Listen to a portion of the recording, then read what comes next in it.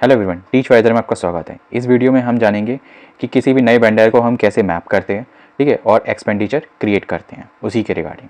ठीक है, चलिए सबसे पहले आपको लॉगिन हो जाना है। लॉगिन होकर यूज़र आईडी पासवर्ड वगैरह तो ये सब आपको पता ही होगा, और ध्यान करना डीओपी आईडी से होना है, ठीक है, ऑपरेटर की आईडी से। तो लॉगिन करके जब आप अंदर जाएंगे तो यहाँ पे लेफ्ट साइड में आपको सेक्शन मिलेगा मास्टर्स का, ठीक है। तो मास्टर्स का ऑप्शन पे जाके आपको वर्क वेंडर पे जाके मैनेज पे टैप करना है।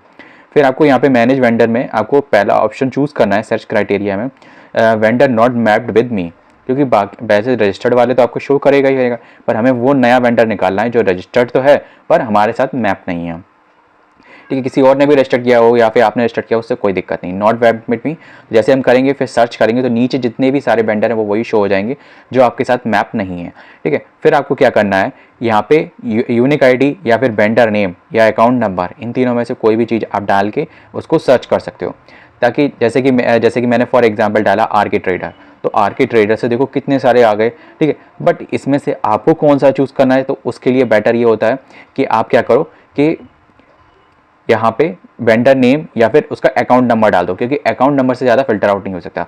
पर यहाँ पे मेरे केस में ये भी हो गया कि जैसे कि बहुत सारे, मतलब एक अकाउंट के मतलब उसके लगभग 3 इसमें दिखा रहे थे, तो उसमें जो दूसरा वाला ऑप्शन था वो मैंने चूज़ किया, जो कि कंफर्म करके मैंने वेंडर से पता करके किया।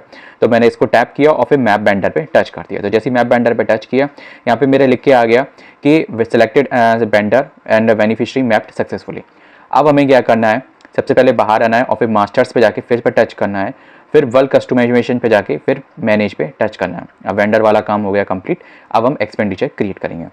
तो अब एक्सपेंडिचर क्रिएट करने के लिए यहाँ पे मैनेज पे हमें टच किया, ठीक है। फिर यहाँ पे हमें ऑप्शन मिल गया कि सिलेक्ट स्कीम बल्क कस्टमाइजेशन। तो यहाँ पे हमें स्कीम को सिलेक्ट करना है। तो जो भी हमारी स्कीम थी उसको हमने सेलेक्ट किया, तो आपको इस तरीके का डेस्कटॉप आपको शो होगा, ठीक है। और यहाँ पे फिर आपको कस्टमाइज नेम एक को भी क्रिएट करना है जो भी आप चाहो। जैसे फॉर एग्जांपल स्पोर्ट्स किट्स का चल रहा है तो आपको स्पोर्ट किट्स डाल लेनी है, या फिर अगर जैसे कि अगर किसी ने भी इससे पहले अगर इस नाम का यूज़ प्रयोग कर रखा हो तो दिक्कत करेगा। तो स्पोर्ट्स किट्स और अपने स्कूल का नाम या फिर कोई भी कोड आप डाल सकते हो, या फिर कोई अमाउंट डाल सकते हो जो आप निकाल रहे हो, ठीक है। वो डाल के फिर आपको कंपोजिट वाइज पे टच करना है, क्योंकि हमें वो कोड भी सेलेक्ट करना पड़ेगा जिसके रिगार्डिंग आप मतलब जो अमाउंट है निकाल रहे हो। तो जैसे कि मैंने डाला sport Kitts and composite grant डाल दिया। तो ये मैंने इसलिए डाला कि जैसे कि आप मल्टीपल अगर ग्रांट्स मतलब जो मतलब जो कोड होता है कंपोनेंट वाइज, तो वो भी हमें सेलेक्ट करना होता है, तो वो चीज़ आपको क्लियर हो जाएगी। तो जैसे कि इसमें मैं 2 चीज़ें सेलेक्ट करी, कंपोजिट ग्रांट का, ठीक है। तो कंपोजिट ग्रांट का कोड आप देख लीजिए, स्क्रीनशॉट ले लीजिएगा, F.01.18, ठीक है। अब फिर नेक्स्ट मैंने स्पोर्ट्स ग्रांट का किया, तो स्पोर्ट्स का ग्रांट का है कि F.0102.29 है, ठीक है। तो इसको जैसे हमने सेलेक्ट किया, सेलेक्ट दोनों को मैंने सेलेक्ट कर लिया, फिर उसके बाद ई पेमेंट यूजिंग प्रिंट एडवाइस पर टच कर दिया। तो वेंडर अमाउंट जैसे कि जो आप अमाउंट निकालना चाह रहे हो तो वो आप लिखना चाहो तो लिख दो, वो ऑप्शनल से कोई दिक्कत नहीं होगा, ठीक है। तो ई पेमेंट पे हमने टच कर दिया। फिर उसके बाद हमें राइट साइड में आके कि वेंडर पे हमने टच किया, वेंडर पे किया कि फिर कौन सा वेंडर है हमने उसको सिलेक्ट कर दिया, ठीक है। फिर हमने इसको सेव कर दिया। फिर सेव करते ही का नीचे आपको यहाँ पे शो हो जाएगा कि आपकी sport Kitts and composite grant के रिगार्डिंग ये चीज़ जनरेट हो गई है। अब हमारा जो स्कीम बल्क कस्टमाइजेशन हमने कर दिया। अब कस्टमाइजेशन के बाद जाएंगे हम एक्सपेंडिचर क्रिएट करने पे। तो हम यहाँ पे नीचे ही मास्टर्स के और थोड़ा नीचे आएंगे तो यहाँ पे आपको दिख रहा होगा एक्सपेंडिचर। तो एक्सपेंडिचर पे हम जैसे ही टैप करेंगे तो यहाँ पे हमें ऐड न्यू पे टच करना है। तो जैसे हम ऐड न्यू पे टच करेंगे तो यहाँ पे ये वाला क्रिएट एक्सपेंडिचर डिटेल पे शो हो जाएगा। फिर यहाँ पे हमें स्कीम सेलेक्ट करनी है, जैसे कि हमने उसमें करी थी कस्टमाइजेशन पे, तो हमें स्कीम सेलेक्ट करनी है। तो यहाँ पे जो हमने क्या करते हैं सब सेक्शन में UP 113 हमें करना है, ठीक। फिर यहाँ पे आपको राइट साइड में जो हमने वहाँ पे कस्टमाइजेशन क्रिएट किया था sports Kitts and composite grant, तो वो यहाँ पे टच हो जाता है। हमें इस पर टैप करना है केवल और कुछ नहीं करना। तो जैसे ही हम इस पर टैप करेंगे तो हमारी जो कुछ बेसिक डिटेल्स जैसे कि बैंक अकाउंट नंबर है, आपको एलोकेटेड जो बैलेंस है, ठीक है, क्या पेमेंट मोड है क्योंकि वो हमने पहले सेलेक्ट कर दिया है, ठीक है, वो सब चीज़ें सेलेक्ट हो जाएंगी। फिर आपको यहाँ पे लेटर या ऑफिस ऑर्डर नंबर यहाँ पे आपको डालना पड़ेगा, ठीक है। वो आप अपनी तरफ से क्रिएट कर सकते हैं। वो आप जैसे कि जिस डेट को आप जनरेट करें वो डेट कर लो, ठीक है, अमाउंट कर लो, या फिर जिस भी तरीके से कर चाहो, लेकिन नंबर चाहिएगा। तो वो हमें क्रिएट कर लेना है। फिर हमें क्रिएट करके फिर हम नीचे स्क्रॉल करेंगे, ठीक है। तो फिर हमें इसमें आपको डेट जो सिलेक्ट करनी पड़ेगी, एक्चुअल ट्रांजेक्शन डेट, ठीक है। तो वो उसमें कि आप सोच रहे होगे 10 दिन का एक टाइम मिलता है, वो तो सबको पता ही होगा, है ना। तो 10 दिन का टाइम मिलता है तो उसको दिक्कत नहीं, जो आज की डेट है वही भरना, क्योंकि आप अगर आगे पीछे की कोई भी अगर आगे की डालोगे पीछे की डालोगे तो वो माने ही नहीं करेगा, ठीक है। तो आज जिस डेट को आप भर रहे हो उस डेट का ही आपको भरना है। मैंने फॉर एग्जाम्पल पे यहाँ पे 28 नवंबर का दिखा दिया है, ठीक है। तो इस तरीके से है। तो अब नेक्स्ट फिर यहाँ पे आपको क्या करना है, एक्सपेंडिचर अमाउंट भरना है, नरेशन भरना है, ठीक है। तो एक्सपेंडिचर अमाउंट जितना आपको अमाउंट टोटल निकालना है, ठीक है। तो डिवीजन अभी आगे जाके हो जाएगा, वो कैसे होगा वो भी बता दूँ। डिवीजन हो जाएगा, फिर यहाँ पे टोटल अमाउंट डाल देना है और फिर यहाँ पे ये लिख देना कि जैसे कि स्पोर्ट्स ग्रांट या फिर कंपोजिट ग्रांट, जो भी चीज़ आपको लिख सकते हो, ठीक है। नेक्स्ट करके आपको यहाँ पे जैसे कि नीचे ऑप्शन नीचे जब आएंगे, ठीक है, नीचे आके आपको यहाँ पे दो ऑप्शन दिखेंगे, composite grant elementary and sports grant, ठीक है। तो इन दोनों पे टच कर देना है। फिर हमें रेवेन्यू पे सेट है एक्सपेंस टाइप, इस पर रेवेन्यू पे टच कर देना है। फिर हमें दोनों वेंडर नेम पे इधर साइड दोनों पे ये एरो लगे हुए इन दोनों पे क्लिक कर देना है। जैसे हम क्लिक कर देंगे तो कुछ इस तरीके का ओपन करके आ जाएगा।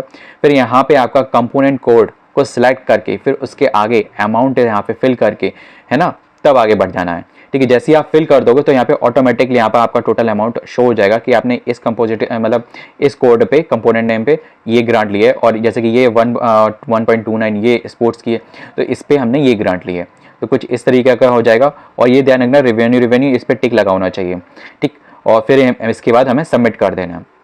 यहाँ पे ऊपर नेट अमाउंट पे टोटल ग्रांट होगी जो आप निकाल रहे होगे, ठीक है। तो वो आपने देख लिया होगा। नेक्स्ट फिर यहाँ पे जैसे हम सबमिट पे बटन दबा देंगे, सबमिट पे करते हैं आपका transaction has been voucher number show हो जाएगा।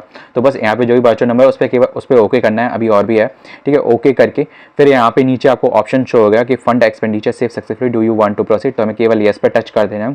तो येस पे टच करते हैं कुछ इस तरीके आ जाएगा, फंड एक्सपेंडिचर का पूरा डिटेल आ जाएगी, क्या क्या चीज़ कौन सी एजेंसी कहाँ से हो रहा है, क्या क्या ट्रांजेक्शन है, ठीक है। फिर हमें नीचे स्क्रॉल करना है, नीचे स्क्रॉल करते हैं आपको यहाँ पे पेमेंट डिटेल, वेंडर का नेम क्या किस मोड से करना है, तो बस कुछ भी नहीं करना है, केवल नेक्स्ट पे टच कर देना।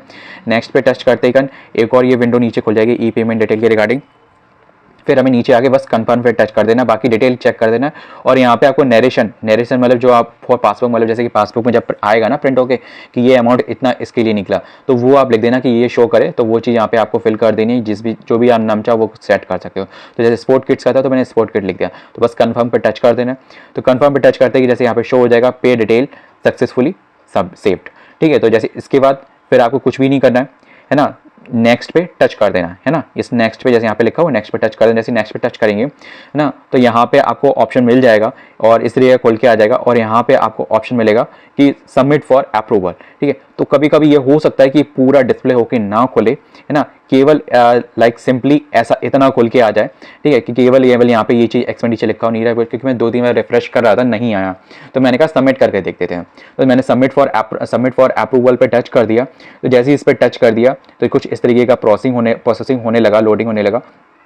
फिर उसके बाद लिख के आ गया रिकॉर्ड सबमिट सक्सेसफुली। अभी फिर भी नीचे की डिटेल जो होती हैं, जैसे कि क्या क्या कौन सा वेंडर है, कितना अमाउंट कौन से अकाउंट में जा रहा है, क्या उसका अकाउंट नंबर है, कौन सी बैंक है, IFSC कोड, सब कुछ लिखा होता है। जैसे आप देख सकते हो payment mode, bank name, account number, IFSC deduction, है ना, रिसीव पार्टी नेम, ठीक है। तो जो भी वेंडर वगैरह तो वो सब कुछ लिखा होता है। फिर तो आपको दिक्कत करने की कोई जरूरत नहीं, रिकॉर्ड सबमिट सक्सेसफुली अगर लिख के आ गया है तो उसका एक वेरीफाई करने का भी तरीका है। आपको कुछ भी नहीं करना, फिर से एक्सपेंडिचर पे जाके टच करना है और फिर ऐड न्यू पे जाके फिर से टच करना है। जैसे ही आप टच करोगे तो वैसे ही आपको यहाँ पे जो भी हमने एक्सपेंडिचर क्रिएट किया वो देखो लिख के आ गया है, ठीक है। और ये सब कुछ पहले आपको यहाँ पे जो स्कीम है वो सेलेक्ट करनी पड़ेगी, तभी आपको ये शो होगा, ठीक है। फिर उसके बाद देखो राइट साइड में लिख के आ गया है ना, सबमिटेड सक्सेसफुली, ठीक है। आपने जो एक्सपेंडिचर क्रिएट किया वो सबमिट हो चुका है। तो बस यही पूरी प्रोसेस थी आपको पूरा दिखाने के, मतलब एक्सपेंडिचर मतलब मैप वेंडर मैप हुआ, मैप होके उसी वेंडर पे हमने एक्सपेंडिचर उसी के लिए एक्सपेंडिचर पूरा कंप्लीट क्रिएट किया। तो कंप्लीट प्रोसेस अगर आपको समझ में आई हो तो प्लीज़ कमेंट बॉक्स में बताइएगा, और अगर कोई फॉल्स या फिर कोई भी मतलब कोई भी चीज़ अगर किसी पॉइंट पे आपको समझ में नहीं आई हो तो कमेंट बॉक्स में बताइएगा, है ना। मिलते हैं नेक्स्ट वीडियो में किसी और अपडेट के साथ। जय हिंद।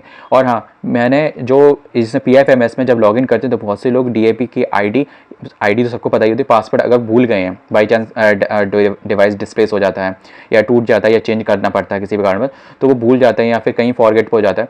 तो हमें क्या प्रोसेस है उसकी पर्टिकुलर, है ना, लगभग 3 तरीके हैं जिस तरीके से आप उसको रिट्राइव कर सकते हो अपने पासवर्ड को, ठीक है। मिलते हैं उस वीडियो में किसी और इस अपडेट के साथ। जय हिंद।